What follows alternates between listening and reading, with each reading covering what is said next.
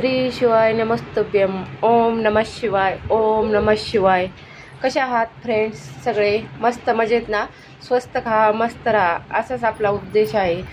चला तर आज पाहूया, मी एक खास व्हिडिओ तुमच्यासाठी घेऊन आले आहे की ज्यांना पशुपतीनाथ व्रत करायचे आहे किंवा ज्यांनी केले आहेत किंवा ज्यांना अपुरी माहिती आहे त्यासाठी हा खास व्हिडिओ घेऊन आले आहे. कारण की मी हे दोनदा व्रत केले आहे, म्हणजे 5-5 सोमवारचे माझे दोनदा उद्यापन झाले आहे. व उद्यापन कशा प्रकारे करायचे व प्रसाद कशा प्रकारे कोणते प्रसाद असतात ह्याच्यात तेही सांगणार आहे. मी ह्याच्या अगोदर 2-3 व्हिडिओ अपलोड केलेच आहेत पशुपतीनाथ व्रतामध्ये. कारण की मी प्रत्येक व्रताच्या दिवशी एक व्हिडिओ अपलोड करीत होते. आपल्याला हे व्रत 5 सोमवार करायचे आहे. 5ही सोमवार आपल्याला निरंकार म्हणजे तिखट खारट काहीच दिवसभर खायचे नाही. फलाहार किंवा चहा पिऊनच हे व्रत करायचे आहे. व संध्याकाळी आपण जो आता प्रसाद बनवित आहे त्याचे महादेवाच्या पिंडीशी 2 हिस्से ठेवून आपल्याला जो तिसरा हिस्सा आहे तो आपल्या घरी येऊन तो आपल्याला प्राशन करून मगच आपल्याला उपवास सोडायचा आहे. हे जे मी फुल डिटेलमध्ये व्हिडिओ यूट्यूबवरती शेअर केले आहेत, पण हा मी उद्यापन व प्रसाद कशा प्रकारे बनवायचा त्याचा व्हिडिओ मी खास तुमच्याकडे घेऊन आले आहे. व्हिडिओमध्ये मी सांगणार आहे की कशा पद्धतीने मी व्रतामध्ये प्रसाद बनवला. कारण की आपल्याला संध्याकाळच्या थाळीमध्ये आधी फक्त प्रसादच न्यावा लागतो, नाहीतर 5ही सोमवार सकाळची थाळी जी असते ते संध्याकाळी असते. फक्त प्रसाद व 6 कणकीचे दिवे ह्याचा समावेश 5 सोमवारमध्ये असतो. व उद्यापना दिवशी आपल्याला अधिक फक्त 108 तांदूळ किंवा 108 फुले किंवा 108 बेलपत्र श्री शिवाय नमस्तभ्यम या मंत्रोच्चाराने महादेवाच्या पिंडीस अर्पित करायचे आहेत. त्याच्यामुळे आपल्याला 5ही सोमवार एकसारखेच उपवास करून संध्याकाळचे अशा पद्धतीने सोडायचे आहेत. म्हणजेच आपली सर्व पूजाविधी करून फक्त 6 कणकेचे दिवे व प्रसाद 3 हिस्से महादेवाच्या पिंडीसमोर ठेवायचे व एक हिस्सा आपल्या घरी ताटात माघारी घेऊन येऊन तो प्राशन करायचा. अशा प्रकारे माझे 2दा उद्यापन झाले आहे. तिसऱ्या वेळेचे पाहूया, जेव्हा माझी मनातनं इच्छा होईल तेव्हाच मी करणार. कारण की आपल्या मनातनं इच्छा पूर्ण आकांक्षा जागल्या पाहिजे, तेव्हाच हे व्रत आपले संपूर्ण होते. म्हणून जेव्हा भक्तिभावाने तुम्ही हे व्रत कराल नक्कीच तुमच्या इच्छा आकांक्षा पूर्ण होतील. माझ्याही 2दा उद्यापनाने मला खूप चांगले फलप्राप्ती झाली आहे. तुम्हालाही होईल. तुम्ही पूर्ण निष्ठेने श्री शिवाय नमस्तभ्यम या मंत्रोच्चाराने पशुपतीनाथ महाराजांचे व्रत चालू करा. तुमच्या काही इच्छा आकांक्षा असतील त्या नक्कीच पशुपतीनाथ महाराज पूर्ण करतील. महत्त्वाची एक गोष्ट म्हणजे जी असे की आपल्याला 5ही सोमवार करताना सुतक येऊ किंवा मासिक पाळी येऊ किंवा हे व्रत फक्त आपल्याला उपवास तसा धरायच्या, पूजा हा प्रसाद बनवायचा नाही. आपल्याला पूजा जेव्हा आपण मंदिरात जाऊन महादेवाची पूजा करू त्याच वेळेस आपल्याला हे व्रत त्याच दिवशी म्हणजे 5 सोमवारमध्ये धरायचे. आपल्याला सुतक किंवा पिरियड्स असतील तेव्हा सोमवार तसाच धरायचा, फक्त 5 सोमवारमध्ये त्याचे उपवास धरला जात नाही. म्हणून अखंडित आपल्याला हा उपवास करायचा आहे. दुसरी गोष्ट म्हणजे आपल्याला मांसाहार 5 सोमवार होतो तुमचे 2 महिने का उपवास झाला ना. कारण की सुतक पिरियड्स का अचानक कधी येऊ शकतात. म्हणून ह्या सोमवारी नाही झाले तर त्या सोमवारी आपण करू म्हणले. माझे मागच्या वेळेचे 2-2.5 महिने माझे उद्यापन होऊ शकले नाही. कारण की आमची भावकी खूप मोठी असल्यामुळे सारखे सुतक व 2 उपवासांना पिरियड्स आलते. त्याच्यामुळे माझे 1 महिन्याचे उपवास अधिक जास्त गेला. त्याच्यामुळे घरात नॉनव्हेज अजिबात बनवायचे नाही. जेव्हा तुम्ही पशुपतीनाथ महाराजांचा 5वा सोमवार करून त्याचे उद्यापन करता त्याच्यानंतरच तुम्ही मांसाहार करू शकता. तोपर्यंत घरात मांसाहार करायचा नाही. आपण स्वतः तर 5 सोमवार खायचा नाही. दुसऱ्या बाकीच्यांना बाहेर जाऊन खायचं असेल तर ते खाऊ शकतात, पण घरात अजिबात बनवायचं नाही. व आपण 5 सोमवार उद्यापन होऊस तर मांसाहार करायचा नाही. ह्या 2-3 महत्त्वाच्या टिप्स आहेत ज्या तुम्ही नक्कीच फॉलो करा. म्हणजे तुमचे व्रत निष्फळ होणार नाही, ते फलास पावेल.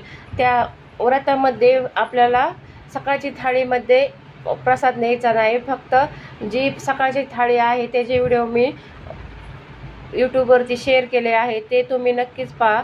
संध्याकाळच्या थाळीमध्ये 6 कणकीचे दिवे व हा प्रसादामध्ये तुम्ही गव्हाच्या पिठाचा हलवा किंवा रव्याचा शिरा किंवा चपातीचा चुरमा वेगवेगळे प्रसाद तुम्ही घेऊन जाऊ शकता. किंवा दही भात, दही साखर, दूध अशा विविध प्रकार. मालपोहे मी नाही बनवले, पण काही बनवतात. मालपोह्याचाही प्रसाद म्हणजे तिथे आपल्याला महादेवाच्या पिंडीत अर्पित करायला तुम्ही कोणतेही प्रसाद घेऊन जाऊ शकता. फक्त त्यात खारट व तिखट ह्याचा समावेश नाही झाला पाहिजे. आपल्याला गोडाचाच प्रसाद बनवायचा आहे. त्या पहिल्या एकदा दोनदा मी गव्हाचा पिठाचा हलवा बनवला होता, एकदा रवा बनवला होता, दोनदा चुरमा बनवला होता.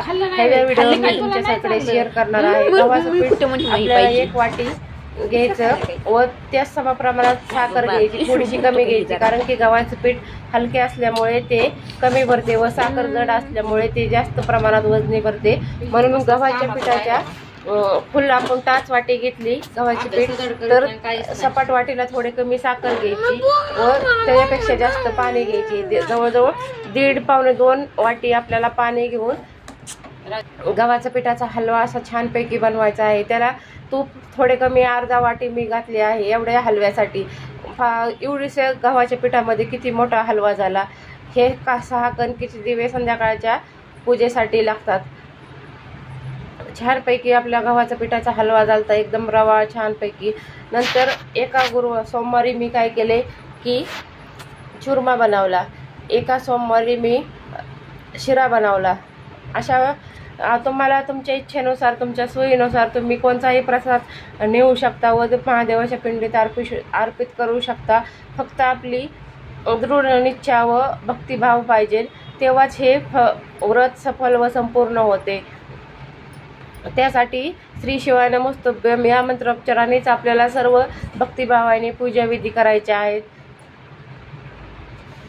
आपल्याला चुरमा बनवताना त्याला तेल लावायचे नाही. मी अशा पद्धतीने रोटी करून घेतली व रोटीला तूप लावले, वरतीही नाही लावले, खाली घेतल्यावरती रोटीला छानपैकी तूप लावून त्याच्यात गूळ मिक्स केला. दुसरे काही न टाकता मी फक्त गव्हाची रोटी व गूळ व तूप ह्याचा चुरमा बनवला. 2 रोट्यांचा खूप सारा चुरमा झाला, कारण की पशुपतीनाथ व्रत करताना थोडासा प्रसाद आपण करायला घेतला तरी तो खूप सारा होतो. त्याचे 3 हिस्से आपल्याला मंदिरात गेल्यावरती करायचे व 2 हिस्से महादेवाच्या पिंडीत अर्पित करून 3रा हिस्सा आपल्याला घरी उपवास सोडताना तो प्राशन करायचा आहे.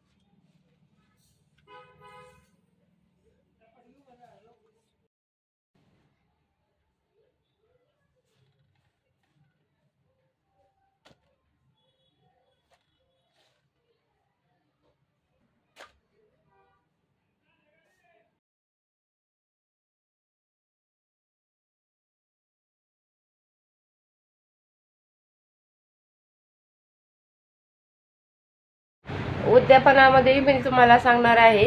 आपल्याला 5व्या सोमवारी उद्यापन करायचे आहे, कारण की माझे 2.5 महिने दुसऱ्या वेळेचे उद्यापनाला लागले, कारण की सुतक हे जास्त मोठ्या प्रमाणात आल्यामुळे उद्यापनालाही खूप दिवस गेले.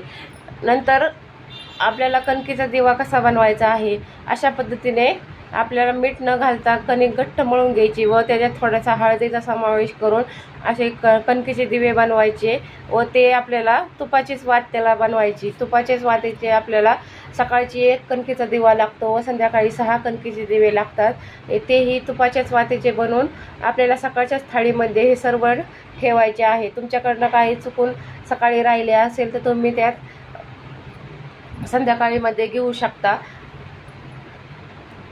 इकडे माझे 5व्या सोमवारी उद्यापन होते, त्यासाठी मी हा सर्व शिदा काढला होता. मसाला, गव्हाची पीठ, रवा, मीठ, साखर, तांदूळ व गावरान तुपही दिलते, तुरीची डाळ, तांदूळ व हे 108 तांदूळ मी महादेवाच्या नामस्मरणाने श्री शिवाय नमस्तुभ्यं या मंत्रोच्चाराने महादेवाच्या पिंडीत अर्पित करणार आहे.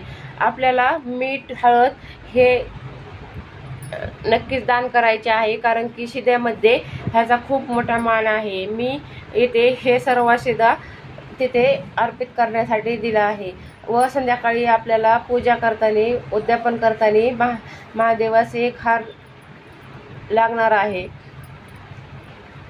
अशा पद्धतीने शिद्यामध्ये एवढा सर्व मी समावेश केला. तुम्हाला अधिक कमी जास्त तुम्हाला काही तुमच्या इच्छेनुसार द्यायच्या शिदा द्यायचा असला तर तुम्ही देऊ शकता. शिदाही कोणाला द्यायचा, जे पूजा अर्चा मंदिरामध्ये करतात त्यांना किंवा ब्राह्मण काकांना दिला तरीही चालतो, किंवा ते कोणी नसेल तर एखाद्या गरीबाला दिला तोही चांगलाच.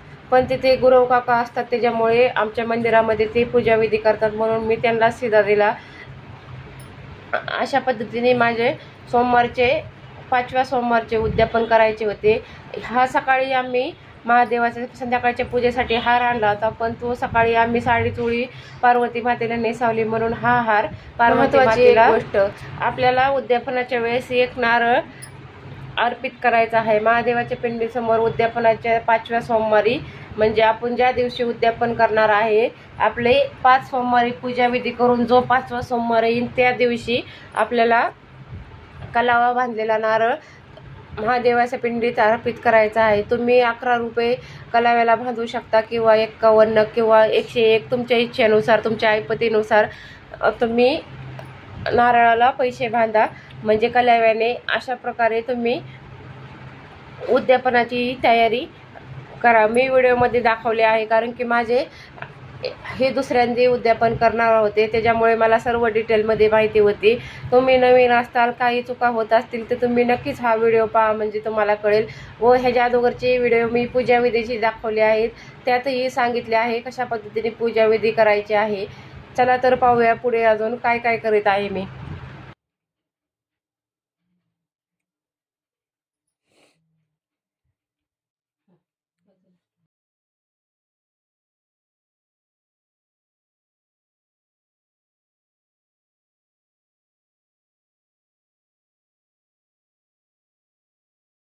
आपल्याला शिदा भरून घ्यायचा, कलावा बांधलेला नारळही घ्यायचा, बाकीचे सर्व सकाळचे सामान घ्यायचे, प्रसाद घ्यायचा व मंदिरात जायचे. मी शेवटच्या सोमवारी जानवं आणलं, कारण की 5 सोमवारी नाही घातलं, व शेवटच्या सोमवारी म्हणलं आता एकदा तरी जानवं घालावं. महादेवात जानवं खूप प्रिय आहे, म्हणून मी जानव्याचा समावेश केला.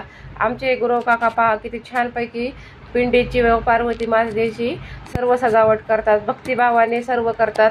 त्यांचे हे साल आता संपत आलेले आहे. एक 8 वर्षांनी एका गुरुवासाठी साल येते, म्हणजे 8 वर्षातनं एकाच गुरुवाला सेवेचा लाभ भेटतो मंदिरामध्ये. आमची महादेवाची पिंडीचे गाभाऱ्यातील तिथे पूजाविधी करून देत नाहीत आत, कारण की छानपैकी सजावट असते, तिथे काही खराब करूशी वाटत नाही, म्हणजे पूजाविधी. त्यासाठी ही पूजेसाठी बाहेरची पिंड आहे, तेथे सर्व कोणीही कोणाची व्रत असेल त्याची पूजाविधी तेच केले जाते. आपल्याला संध्याकाळी जलाभिषेकच करायचा आहे, पंचामृत अभिषेक सकाळचाच करायचा आहे. त्यासाठी पंचामृत आपण आपल्याला सकाळच्या पूजेमध्ये जेवढे लागते तेवढेच घ्यायचे, व संध्याकाळच्या पूजेमध्ये फक्त जलाभिषेक करूनच आपल्याला पूजा करायची आहे. अशा पद्धतीने माझे हे व्रत संपूर्णपणे सफल संपूर्ण झाले आहे. तुम्ही नक्कीच अशा पद्धतीने व्रत करा व तुमची मनोकामना महादेवांच्या पुढे मांडा, ते नक्कीच आपली इच्छा आकांक्षा पूर्ण करतील.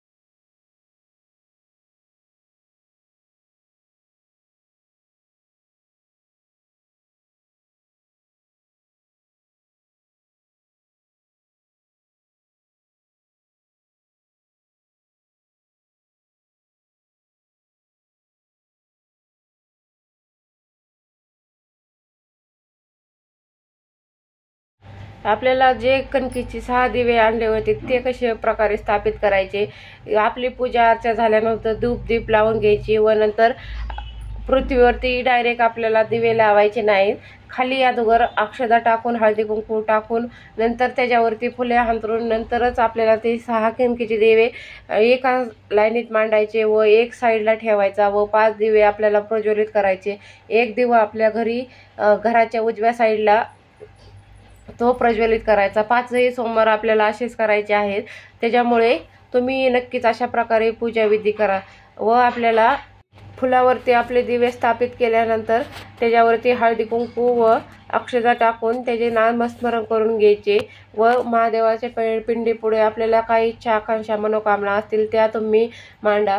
हे आपले कलावा बांधलेला नारळ महादेवास श्री शिवाय नमस्तुभ्यम या मंत्रोच्चाराने महादेवास अर्पित करा व फुले वाहून नामस्मरण करून घ्या। नंतर जे आपण 108 तांदूळ आणले होते ते श्री शिवाय नमस्तुभ्यम या मंत्रोच्चाराने आपल्याला महादेवाच्या पिंडीत अर्पित करायचे आहे। आपल्याला प्रत्येक सोमवारी संध्याकाळी 108 बेलपत्र किंवा तांदूळ व्हायचे नाही, फक्त ज्या दिवशी उद्यापन आहे त्याच दिवशी आपल्याला संध्याकाळचे 108 बेलपत्र किंवा फुले किंवा तांदूळ किंवा फळे तुमच्या इच्छेनुसार तुम्हाला जे भेटेल ते अर्पित करायचे आहे व सकाळच्याच पूजेमध्ये 108 बेलपत्र आपल्याला 5ही सोमवार महादेवाच्या पिंडीत अर्पित करायचे आहेत। अशा पद्धतीने माझे 108 तांदूळ नेलते ते श्री शिवाय नमस्तुभ्यम श्री शिवाय नमस्तुभ्यम या मंत्रोच्चाराने महादेवाच्या पिंडीत अर्पित केले। तुमच्या इच्छेनुसार तुम्हाला भेटेल त्या तुम्ही तिथे अर्पित करू शकता।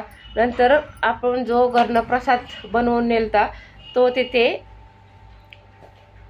माझ्याकडने द्रोण राहिले होते घरी, म्हणून कागद होते त्याच्यावरतीच मी हा प्रसाद 3 हिस्से केले। आपल्याला समप्रमाणात 3 हिस्से बनवायचे आहेत। मी जो चूरमा घरनं करून नेलता म्हणजेच मलिदा म्हणा तुम्ही, तो तिथे गेल्यावरती मी डब्यातनं काढून त्याचे 3 समप्रमाणात भाग करून अशा पद्धतीने महादेवाच्या पिंडीत अर्पित करून त्याला पाणी फिरवले व नंतर तिथे 2 हिस्से ठेवले व 1 हिस्सा माझा ताटात माघारी घेऊन आले, कारण की आपल्याला उपवास सोडताना हाच एक हिस्सा आपल्याला उपवास सोडताना अगोदर खायचा व नंतर बाकीचे जेवण प्राशन करायचे। दिवसभर खारट तिखट आंबट काहीच खायची नाही, फक्त गोडावरतीच आपल्याला उपवास करायचा।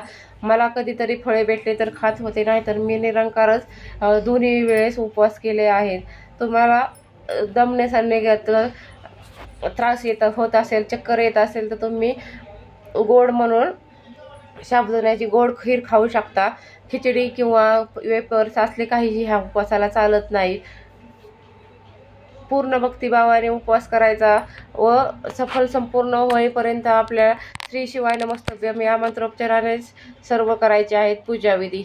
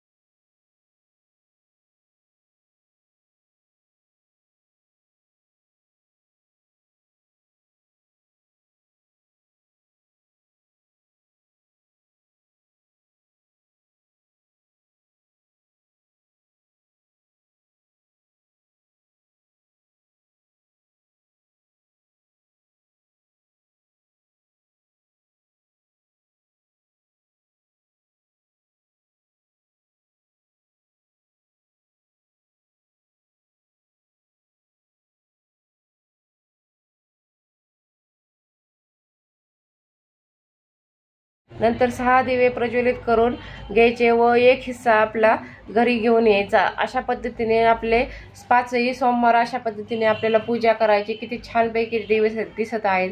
नंतर घरी आल्यानंतर घरात जाण्याच्या अगोदरच आपल्याला दिवे 1 घरी नेलेला दिवा प्रज्वलित करायचा आहे। अगोदर घरात शिरायचे नाही। अगोदर घराच्या जी उजवी साईड आहे, उजवा कोपरा आहे, तिथे आपल्याला स्वच्छ करून तिथे अशा पद्धतीने फुलावरतीच आपल्याला दिवा प्रज्वलित करायचा आहे. डायरेक्ट पृथ्वीवरती दिवा मांडायचा नाही व त्याला दिवा ठेवल्यानंतर हळदी कुंकू अक्षदा वाहून नंतरच तो प्रज्वलित करायचा व त्याचे नामस्मरण करून नंतर आपण उपवास सोडवू शकतो. अशा पद्धतीने तुम्ही हे व्रत करा. तुमचे सफल संपूर्ण हे व्रत होईल. तुमच्या काही इच्छा आकांक्षा असतील, अडी अडचणी असतील तर तुम्ही नक्कीच हे व्रत करून पहा. तुमच्या सर्व इच्छा आकांक्षा पूर्ण होतील. चला तर भेटूया नेक्स्ट व्हिडिओमध्ये. श्री शिवाय नमस्तुभ्यं. श्री शिवाय नमस्तुभ्यं. श्री शिवाय नमस्तुभ्यं.